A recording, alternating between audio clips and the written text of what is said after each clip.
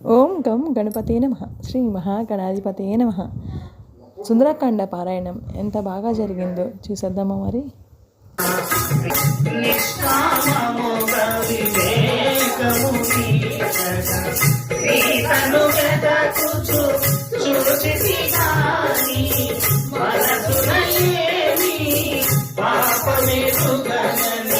స్వామి సేవ పరమార్థముగా మారుతి సాగెను